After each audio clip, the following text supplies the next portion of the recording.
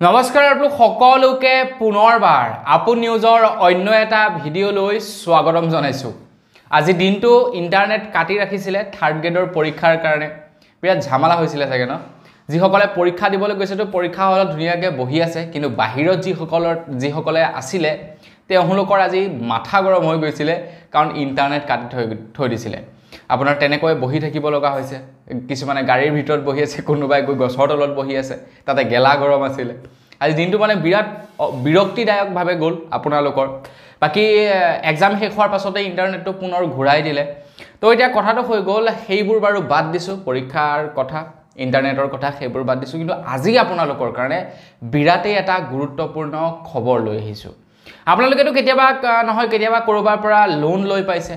আৰু লোন ল'বলৈ যাওঁতে প্ৰচেছটো কেনেকুৱা হয় আপোনালোকেতো নিজেই জানে। প্ৰথম দিনাখনি গ'ল, আপোনালোকে এপ্লাই কৰিলে, এপ্লাই কৰাৰ পাছত বেংক কৰ্তৃপক্ষই ভেৰিফাই কৰিলে ডকুমেণ্ট, যে ডকুমেণ্ট ঠিক আছেনে নাই। তাৰ পাছত ইনকম প্ৰুফ ভেৰিফাই কৰিব, যে আপোনালোকৰ ইনকম কিমান, কি কথা বতৰা সেইবিলাক আপোনালোকৰ ভেৰিফাই কৰিব। তাৰপিছত লোন এমাউণ্টটো যদি অকণমান হেভি হয়, মানে লোন এমাউণ্টটো যদি অলপ বেছি হয়, তেন্তে কি কৰিব, আপোনালোকক আৰু প্ৰুফ বিচাৰে। আপোনালোকৰ হয়তো ঘৰ চাব, বা আপোনালোকৰ ইনকম কি, ক'ৰ পৰা আপুনি উপাৰ্জন কৰে সেইবিলাক আপোনালোকৰ চাব। তাৰ পাছত এপ্ৰুভ কৰিব বেংক কৰ্তৃপক্ষই। তাৰ পাছত আপোনালোকৰ অন্য এদিন কি হ'ব, লোন ডিছবাৰ্জ হ'ব। ডিছবাৰ্জ হোৱাৰ 2-3 দিনমান পাছত আপোনালোকৰ বেংকৰ একাউণ্টত পইচা সোমাব। তাৰ পাছত আপোনালোকে বেংকৰ একাউণ্টত পইচা লাভ কৰে আৰু সেই পইচা উলিয়াব পাৰে। আৰু অলপ হেভি এমাউণ্ট যদি হয়, যেনে ধৰি লওক হোম লোন, বা ধৰি লওক আপোনাৰ ডাঙৰ ডাঙৰ যিবিলাক নেকি বিজনেছ লোনবিলাক থাকে, তেনেকুৱা ক্ষেত্ৰত কি হয়, বেংকৰ একাউণ্টত পইচা নিদিয়ে, চেক প্ৰদান কৰে। আৰু চেক দি দিলেতো আৰু সাংঘাতিক, চেকখন আনিব, অনাৰ পাছত আপোনাৰ কি হ'ব, সেইখন মানে জমা দিব লাগিব, সেইখন চেকখন ভাঙিব, 10-12 দিন লাগিব। তাৰ পাছত গৈ বেংকৰ একাউণ্টত পইচা সোমায় আৰু সেই পইচা আপোনালোকে উইথড্ৰ কৰিব পাৰে। মুঠৰ ওপৰত লোন ল'বলৈ গ'লে লোন লোৱা প্ৰচেছটো বহুত দীঘল, কিন্তু আজিকালি অনলাইন মাধ্যমত লোন ঢেৰ পায়, সেইবিলাকত বাৰু বৰ বিশেষ একো দীঘলীয়া প্ৰচেছ নহয়। কিন্তু তাত আকৌ কথাটো হৈ গ'ল কি, অনলাইনত বেছি পইচা লোন নিদিয়ে, 1 লাখ, 1.5 লাখ, 2 লাখ ইমানেই দিয়ে লোন, তাতকৈ বেছি নিদিয়ে। তো বেছি ল'বৰ কাৰণে আমি বেংকত যাব লাগে, আৰু বেংকত যোৱা মানে আপুনি 50,000 লওক বা 10 লাখেই হওক, আপোনাৰ প্ৰচেছটো কিন্তু একেই দীঘলীয়াই হ'ব। তো লোনৰ প্ৰচেছৰ বিষয়ে আপোনালোকে সকলোৱে জানে, লোন আপোনালোকে লৈ হয়তো নিশ্চয় পাইছে, তো আপোনালোকে হয়তো লোন চলাই আছে। এতিয়া আপোনালোকৰ কাৰণে এটা ভাল খবৰ ওলাইছে, আপোনালোকে হয়তো ইন ফিউচাৰ কেতিয়াবা লোন ল'ব, হয়নে নহয়, কেতিয়াবা হয়তো আপোনালোকে লোন ল'ব, আৰু হয়তো আপোনালোকে ট্ৰাই কৰি আছে লোন ল'বৰ কাৰণে। তো আপোনালোকৰ কাৰণে এটা ভাল খবৰ ওলাইছে, ৰিজাৰ্ভ বেংকৰ ফালৰ পৰা এটা নতুনকৈ নিয়ম বান্ধি দিছে বেংকসমূহৰ ওপৰত গ্ৰাহকক লোন দিয়াৰ ক্ষেত্ৰত। আৰু ইয়াৰ ফলত কিন্তু আমাৰে লাভ হ'ব, বেংকৰ লাভ নহয়। তো কেনেকুৱা কি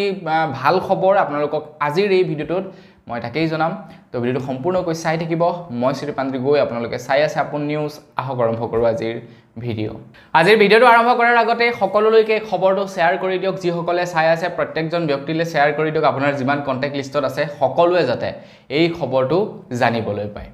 এতিয়া বেংকসমূহে যে এটা দীঘলীয়া প্ৰচেছ লগায় লোনটো আমাক দিবৰ কাৰণে, এটা দীঘলীয়া প্ৰচেছ নলগায় জানো, 4 দিন, 5 দিন, 10 দিন, 15 দিন, 20 দিন, এমাহ, 2 মাহ, এনেকুৱা এটা দীঘলীয়া প্ৰচেছ লগায় লোন আমাক দিবৰ কাৰণে। আৰু অনলাইনৰ ক্ষেত্ৰতো তেনেকুৱাই হয়, তেওঁলোকে এদিন, 2 দিন, 24 ঘণ্টা, 48 ঘণ্টা, 72 ঘণ্টা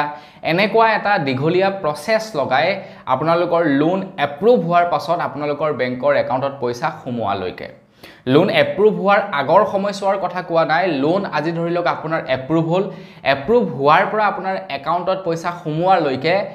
অনলাইনৰ মাধ্যমতো সেই একেই, আপোনালোকৰ 48 ঘণ্টা কিছুমানে সময় লয়, কিছুমানে 72 ঘণ্টা সময় লয়। বাকী বেংকতো ঠিক তেনেকুৱা ধৰণৰে হেভি এমাউণ্ট হ'লে আপোনালোকক চেক দিব, চেকখন ভাঙিবলৈ যাওঁতে 10-12 দিন লাগিব। আৰু আপোনালোকে 2-3 লাখৰ যদি বেংকৰ পৰা লোন ল'বলৈ যায়, তাতো এপ্ৰুভ হোৱাৰ পাছত লোন ডিছবাৰ্জ হোৱালৈকে, আপোনালোকৰ একাউণ্টত পইচা সোমোৱালৈকে সেই 3 দিন, 4 দিন, 5 দিন সময় লাগি যায়। তো এই সময়ছোৱাত যেতিয়া আপোনালোকৰ লোন এপ্ৰুভ হ'ল, এপ্ৰুভ হোৱাৰ পাছত আপোনালোকৰ এই ডিছবাৰ্জৰ সময়লৈকে বা আপোনালোকৰ একাউণ্টত পইচা সোমোৱালৈকে, এই সময়ছোৱাত যি নেকি কোনোবাই 48 ঘণ্টা লয়, কোনোবাই 3 দিনৰ সময় লয়। কিন্তু কথাটো হৈ গ'ল কি, যিদিনাখনে আপোনালোকে লোনটোৰ কাৰণে এপ্লাই কৰিব, সেইদিনাখনৰ ধৰি যিদিনাখন নেকি আপোনালোকৰ লোনটো এপ্ৰুভ হ'ব তো এপ্ৰুভ হোৱাৰ দিনাখনেই আপোনালোকৰ নিৰ্ধাৰণ হৈ যায় যে আপোনালোকে ইএমআইটো কেতিয়া দিব লাগিব বোলে প্ৰত্যেক মাহৰ 5 তাৰিখত বা প্ৰত্যেক মাহৰ 10 তাৰিখত এনেকুৱা ধৰণৰ এটা টাইম পিৰিয়ড তেওঁলোকে বান্ধি দিয়ে আৰু এপ্ৰুভ হোৱাৰ দিনাখনেই বা এপ্ৰুভ হোৱাৰ আগতেই লোনৰ ডেটটো ফিক্স কৰি দিয়ে যে আপুনি এই তাৰিখত পইচা দিব লাগিব তো কিছুমান কোম্পানী থাকে এনেকুৱা ধৰণৰ আপোনালোকৰ যেনিবা লোনটো ডিসবাৰ্স হৈছে লোনটো যেনিবা এপ্ৰুভ হৈছে সাপোজ 3 তাৰিখৰ দিনাখন পইচা সোমাইছে যেনিবা 5 তাৰিখৰ দিনাখন তো তেওঁলোকে কি কৰে প্ৰত্যেক মাহৰ 3 তাৰিখটো লোনৰ ইএমআই পে কৰা দিন ঘোষণা বা ধাৰ্য কৰি দিয়ে এতিয়া যিদিনাখন এপ্ৰুভ হয় এপ্ৰুভ হোৱাৰ পৰা 3 তাৰিখলৈকে মানে এটা মাহ হয় আৰু সেই এমাহৰ কিন্তু তেওঁলোকে ইন্টাৰেষ্ট লৈ লয় বেংকসমূহে কি কৰে ইন্টাৰেষ্টটো লৈ লয় এমাহৰ ইন্টাৰেষ্ট লয় কিন্তু হিচাপত কোন দিনাখনৰ পৰা ইন্টাৰেষ্ট ল'ব লাগিছিল হিচাপত ইন্টাৰেষ্ট ল'ব লাগিছিল সেই দিনাখনৰ পৰা যিদিনাখন আপোনালোকৰ বেংকৰ একাউণ্টত পইচা সোমাইছিল এপ্ৰুভ হৈছে এদিন আগত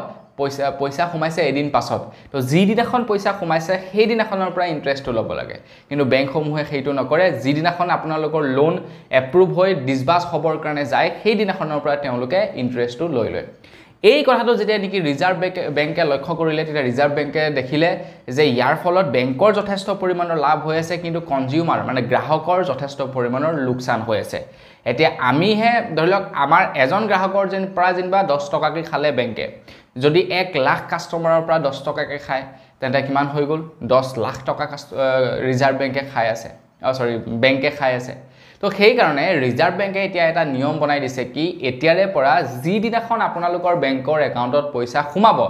সেই দিনাখনৰ পৰাহে ইন্টাৰেষ্ট ল'ব লাগিব আৰু তাৰ লগতে ডাঙৰ যিবিলাক লোন থাকে সেই লোন বিলাকত চেকৰ পৰিৱৰ্তে এতিয়াৰে পৰা ডাইৰেক্টলি বেংকৰ একাউণ্টত পইচা ট্ৰান্সফাৰ কৰিব লাগিব তো তেতিয়া কি হ'ব গ্ৰাহকজনৰ লাভ হ'ব চেকখন জমা দিবলৈ যাব চেকখন আপোনাৰ এপ্ৰুভ হ'ব এপ্ৰুভ হোৱাৰ পাছত পইচা সোমাব তাৰ পাছত উলিয়াব তেনেকতে প্ৰায় 10-15 দিন সময় যায়গে আৰু সেই 10-15 দিন সময়ৰ ইন্টাৰেষ্টটো বেংকে পাই যায় হয় না নহয় তো সেই কাৰণে ৰিজাৰ্ভ বেংকে এতিয়া একদম সিদ্ধা পদ্ধতি কৰি দিছে যে যিদিনাখন বেংকৰ একাউণ্টত পইচা সোমাব সেই দিনাখনৰ পৰা তোমালোকে ইন্টাৰেষ্ট ল'ব পাৰিবা আৰু চেকৰ পৰিৱৰ্তে এতিয়াৰে পৰা ডাইৰেক্টলি বেংকৰ একাউণ্টত পইচা জমা দিব লাগিব মানে পইচা দিব লাগিব এয়া যি বেংকেই নহওক যি ফাইনেন্সেই নহওক প্ৰত্যেকৰ কাৰণে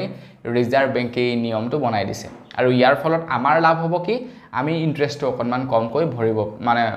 ভৰিব লাগিব এটা কিছুমান এনেকুৱা বহুতো বেংক আছে যিবিলাকে কি কৰে 1 মাহ 1.5 মাহটোৰ ইন্টাৰেষ্ট ফ্ৰী দি দিয়ে যে 1 মাহ তোমালোকে ইন্টাৰেষ্ট দিব নালাগে তো বহুতো বেংক আছে তেনেকুৱা ধৰণৰ প্ৰথম মাহটো ইন্টাৰেষ্ট ফ্ৰী কিছুমানে 2 মাহ ইন্টাৰেষ্ট ফ্ৰী কৰে যেনেকৈ বাজাজৰ ক্ষেত্ৰত যদি আপোনালোকে চাবলৈ যায় প্ৰথম 1 মাহ ইন্টাৰেষ্ট ফ্ৰী থাকে তেওঁলোকৰ তো প্ৰায়বিলাক বাৰু বেংকে আজিকালি তেনেকুৱা ধৰণৰ কৰে কিন্তু সবেই আকৌ তেনেকুৱা ধৰণৰ নকৰে তো বন্ধু বান্ধৱীসকল সেই কাৰণে এই নিয়মটো এতিয়া চেঞ্জ কৰিছে